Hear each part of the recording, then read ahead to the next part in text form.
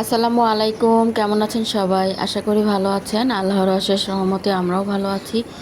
প্রতিদিনের মতো নতুন একটি ভিডিও নিয়ে চলে আসলাম। আশা করি পুরো ভিডিও সাথেই থাকবেন। এই তো সকাল থেকে ভিডিওটা শুরু করলাম। তো সকালবেলায় বারান্দা চলে আসলাম। মাশাআল্লাহ খুব সুন্দর ফুল ফুটেছে। তবে আজকে এই পত্তলিকা গাছে কোনো ফুলই ফুটে নাই। প্রতিদিন তো অনেকগুলা করে ফুল ফোটে। আর নয়নতারা তো সারা বছরের ফুল ফুটতেই থাকে। আর আজকে একটা অপরাজিতা ফুল ফুটেছে, প্রতিদিনই ফুটে, তবে আজকে একটু ভিডিও করলাম। এটা সাদা রঙের। তো এরপরে নাস্তার প্রস্তুতি নিচ্ছি। তো আজকে লুচি বানাবো। তো লুচির জন্য এখানে আমি আটার ডোটা করে নিব। তো আটাতে একটু লবণ আর তেল দিয়ে এখন ভালোভাবে মাখিয়ে নিব।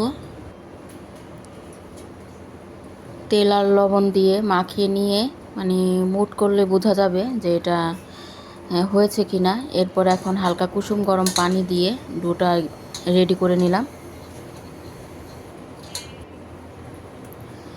তো আটার ডোটা রেডি করে রেখে দিলাম। নাস্তাটা পরে বানাবো, কারণ স্কুল বন্ধ, মেয়েরা এখনও ঘুমিয়ে আছে, এখনও ওঠেনি। ওরা উঠলে গরম গরম লুচিটা মানে বানিয়ে ভেজে দিব। আর লুচি তো বানিয়ে রাখা যায় না, সাথে সাথে ভাজতে হয়। তো আমি এদিক দিয়ে দুপুরের আয়োজন করছি। তো একটা লাউ বের করলাম। লাউটা আমি রান্না করব মাছ দিয়ে। রুই মাছ বের করলাম, তো রুই মাছ দিয়েই রান্না করব। তো লাউটা কেটে ছিলে নিব। মাছ দিয়ে রান্না করব।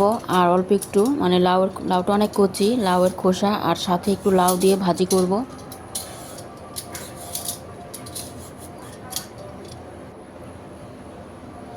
তো এই তো ছিলে নিলাম, যে এইটুকু দিয়ে রান্না করব। আর খোসার সাথে যে লাউটা রাখছি, এটা খোসা আর লাউ একসাথে করে ভাজি করব। খোসার সাথে একটু লাউ দিলে ভাজিটা মজার হয় বেশি খেতে। তা আমি নিচে বসে বসে বটি দিয়ে এখন লাউয়ের খোসাগুলো কুচি করে নিব আর লাউটাও কুচি করে নিব।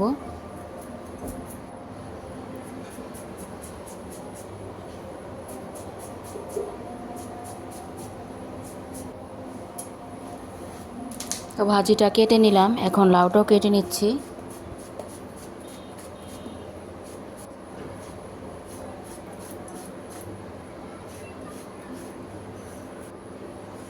এই তো ভাজি আর লাউ আমার কাটা শেষ। এরপরে ধুয়ে রেডি করে নিলাম। আর লাউ আর ভাজিটা কাটার পর পেঁয়াজও কেটে নিয়েছি। তো এখন ধনিয়া পাতা বেছে নিব।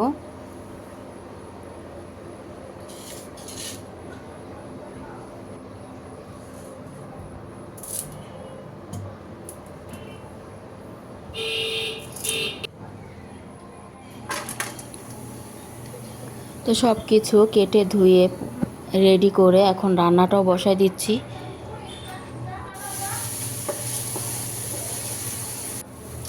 এখন ভাজিটা বসাচ্ছি। তো প্রথমে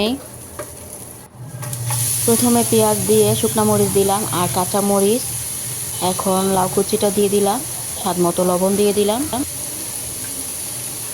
তো লাউ ভাজিটা আজকে সাদাই করব আর একটা ডিম দিব পরে।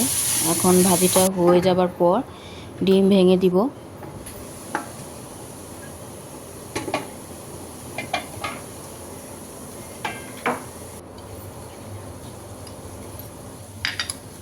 তো ডিম একটা ভেঙে পিরিচে ঢেলে নিলাম। সরাসরি ডিম ভেঙে মানে ভাজিতে দেই না, কারণ অনেক সময় নষ্ট বের হয়, আবার এইটা খোসা পড়তে পারে। এজন্য আগে পিরিচে ভেঙে নিয়ে তারপরে ভাজিতে দেই।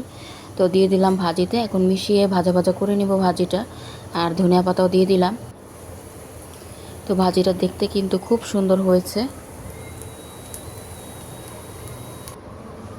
তো ভাজিটা হয়ে গেল আমার। এখন মেয়েরাও ঘুম থেকে উঠেছে। এখন নাস্তাটা বানিয়ে নিচ্ছি, বানিয়ে সাথে সাথে ভাজবো।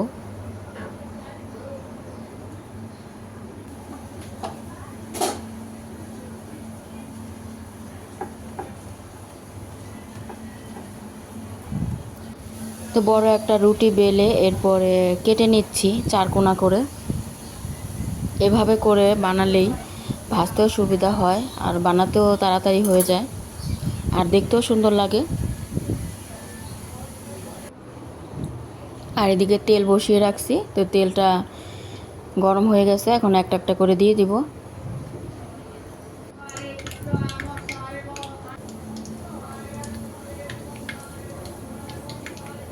মাশাআল্লাহ, প্রথম লুচিটাই খুব সুন্দর ফুলেছে, আবার মাঝে মাঝে দু একটা ফুলে না, আবার দু একটা খুব সুন্দর ফুলে যায়।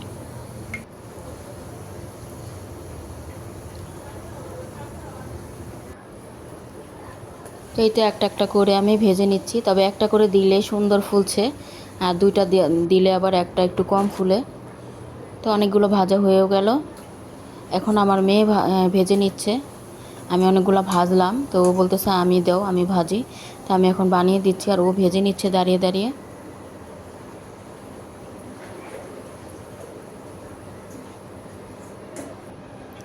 তো এরপর ভেজে নিয়ে নাস্তাটা খেয়ে নিচ্ছি। তো বিসমিল্লাহ বলে এখন খাবারটা খেয়ে নিব।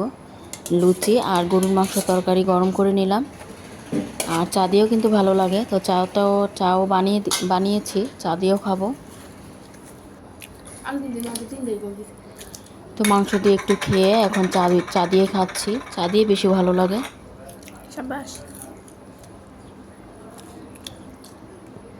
তো নাস্তাটা খেয়ে আবার চলে আসলাম রান্নায়। তো ভাজিটা তো আগেই রান্না করে ফেলছি, এখন লাউটা রান্না করব।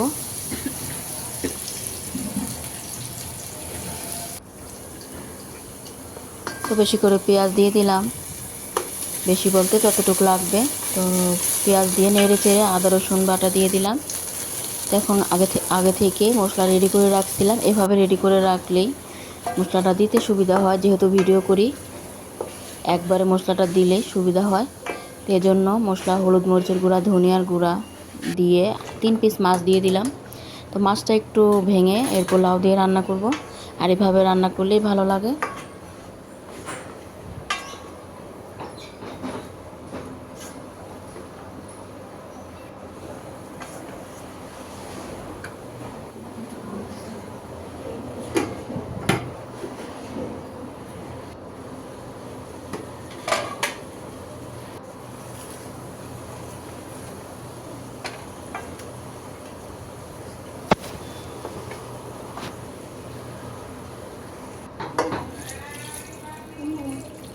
নেড়ে চেড়ে একটু কষিয়ে এখন ঝোলের পানি দিয়ে দিলাম।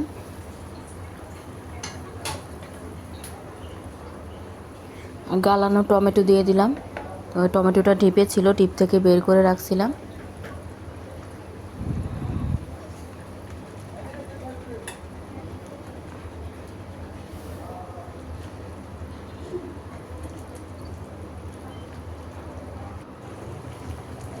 তো লাউটা তো হয়েও গেছে, এখন ভাজা জিরের গুঁড়ো দিলাম আর ধনিয়া পাতা দিয়ে আর কিছুক্ষণ জাল করে নামিয়ে নিব, মানে সুইচটা অফ করে দিব।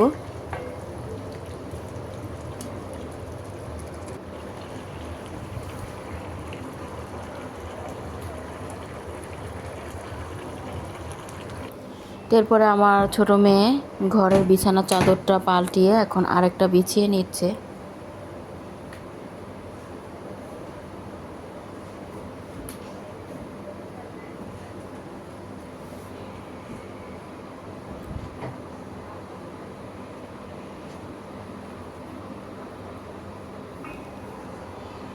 দেখছো?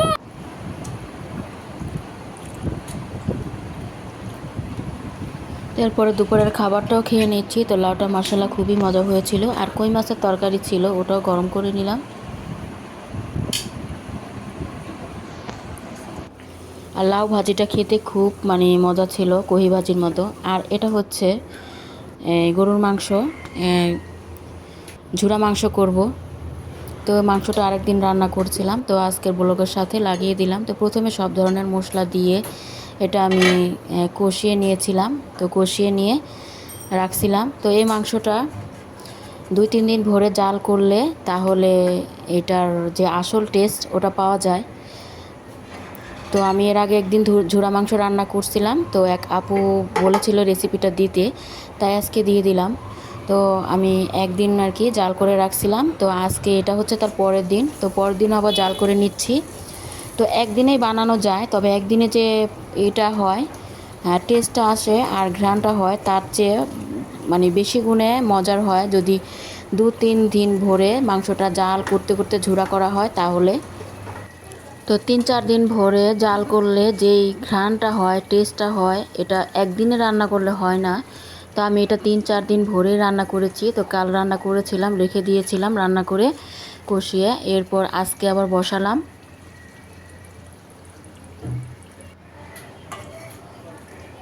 তো মাংসটা একটু শক্ত আছে, তো ভালোভাবে কষিয়ে নিলাম। এখন একটু পানি দিয়ে দিব।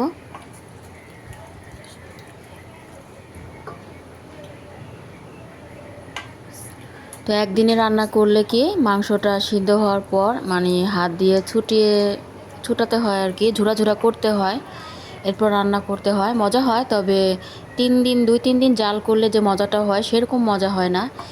2-3 দিন জাল করলে হয় কি মানে অনেক ঘ্রাণ আসে। আগের দিনে যেমন ফ্রিজ থাকতো না, মানুষ জাল করতো, রান্না করলো, প্রতিদিন জাল করে করে ওটা খেত। তো ওই যে ঘ্রাণটা, ওই ঘ্রাণটা এভাবে রান্না করলে আসে।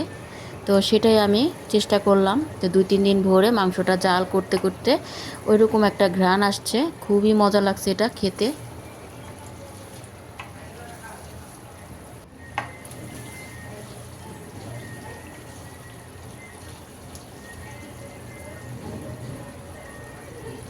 আগে মানুষ কোরবানির মাংসগুলা এভাবে কিন্তু বড় বড় হাঁড়িতে প্রতিদিন সকাল বিকাল জাল করত। আর জাল করতে করতে দেখা যেত অনেক সুন্দর ঘ্রাণ আসতো, কোরবানির মাংসের যে ঘ্রাণটা ওটা আসতো। আর মজা হতো অনেক, জাল করতে করতে ঝুরা হয়ে যেত। তা আমি ওভাবেই রান্না করলাম। তো এখন পানি দিয়ে দিলাম, মাংসটা একটু সিদ্ধ হবে। তো ঝোলটা আবার শুকিয়ে নিব, শুকাতে শুকাতে মাংসটা নরম হয়ে যাবে। এরপর আবার তেলের কড়াইতে ঢেলে ভাজা ভাজা করব। আর ভাজা ভাজা করতে করতে এমনিতে ঝুরা হয়ে যাবে। এই তো ঝোলটা আমি এর পরের দিন, এটা হচ্ছে 3 দিন, তৃতীয় দিন এটা, তৃতীয় দিন আবার বসিয়ে আমি মাংসটা এখন ঝোলটা শুকিয়ে নিচ্ছি। তো এখন এই ঝোলটা শুকালে এরপর কড়াইতে ঢেলে ভাজা ভাজা করব।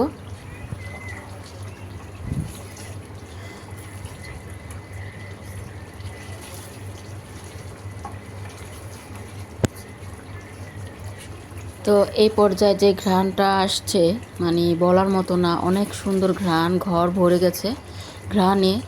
আর ভাজা ভাজা করার সময় তো আরও বেশি হয়েছে। এই তো এরপরে আমি রাইস কুকারে তো 2 দিন রান্না করলাম। তো আজকেও রাইস কুকারে রান্না করে শেষে তেলের কড়াইতে ঢেলে এখন আমি চুলায় ভাজা ভাজা করে নিচ্ছি। তো নাড়াচাড়া যতটুকু ঝুরা হয়েছে ওটা তো হয়েছে। এরপরে কয়েক পিস একটু আস্তে আস্তে রয়ে গেছিলো, ওটা আবার এই তো খুরচুন দিয়ে আমি একটু গুতিয়ে করে দিচ্ছি, মানে ভেঙে ভেঙে দিচ্ছি। তো নাড়াচাড়া করতে করতে ঝুরা হয়ে গেছে। এখন এটা খাওয়ার জন্য রেডি। এখন এটা রুটি, ভাত, পোলাও, মুড়ি যে কোনো কিছুর সাথে খাওয়া যাবে। এটা এত মজার। তবে এটা 3 দিন ভরে আমি জাল করলাম। আজকে আর কি তৃতীয় দিন, আজকে এটা রেডি। এটা পুরোপুরি ঝুরা হয়ে গেছে। আর মাশাআল্লাহ দেখতেও খুব সুন্দর হয়েছে, আর খেতে তো অনেক মজা হয়েছিল।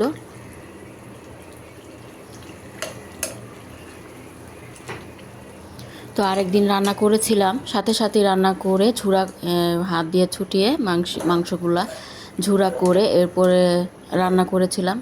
তবে ওটা আরেক স্বাদ, আর এটা হচ্ছে পারফেক্ট। মানে এটা যে আসল ঝুরা মাংসর যে আসল টেস্টটা ওটা এটাতে পাওয়া যায়, মানে 2-3 দিন জাল করতে করতে। খুবই মজা। তো যে আপু রেসিপিটা চেয়েছিলেন আমি আশা করি পেয়ে গেছেন। তো এটা খুব সহজ। একদিনে রান্না করলে আমি যে আরেকদিন রান্না করছিলাম ওভাবে রান্না করতে পারেন। আর আসল টেস্টটা পেতে হলে এভাবেই 2-3 দিন ভরে জাল করে এরপর রান্না করবেন, তাহলে আসল টেস্টটা পাবেন। তো এই পর্যায়ে মাংসর ঘ্রাণটা যে কী পরিমাণে হয়েছে, মানে অনেক সুন্দর হয়েছে, অনেক মানে ঘ্রাণটা অনেক সুন্দর, অনেক ভালো। আর কালারটা দেখেন মাশাআল্লাহ কী সুন্দর কালার হয়েছে। আর এটা দিয়ে এই ঝুরা মাংস দিয়ে মাংস পিঠাও বানানো যাবে। মাংস পিঠাও খেতে খুব মজা লাগবে।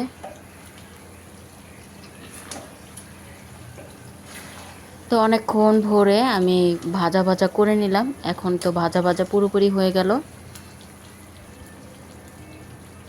তো চাইলে আর একটু কমও ভাজা করতে পারবেন, আমি একটু বেশি ভাজা করলাম।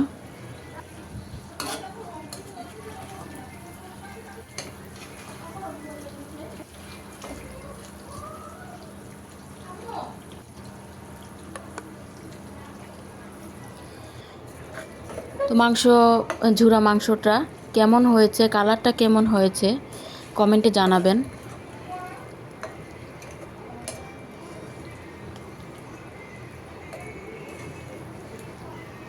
তো আজকের মতো ভিডিওটি এই পর্যন্তই ছিল। সবাই ভালো থাকবেন। আল্লাহ হাফেজ। আসসালামু আলাইকুম।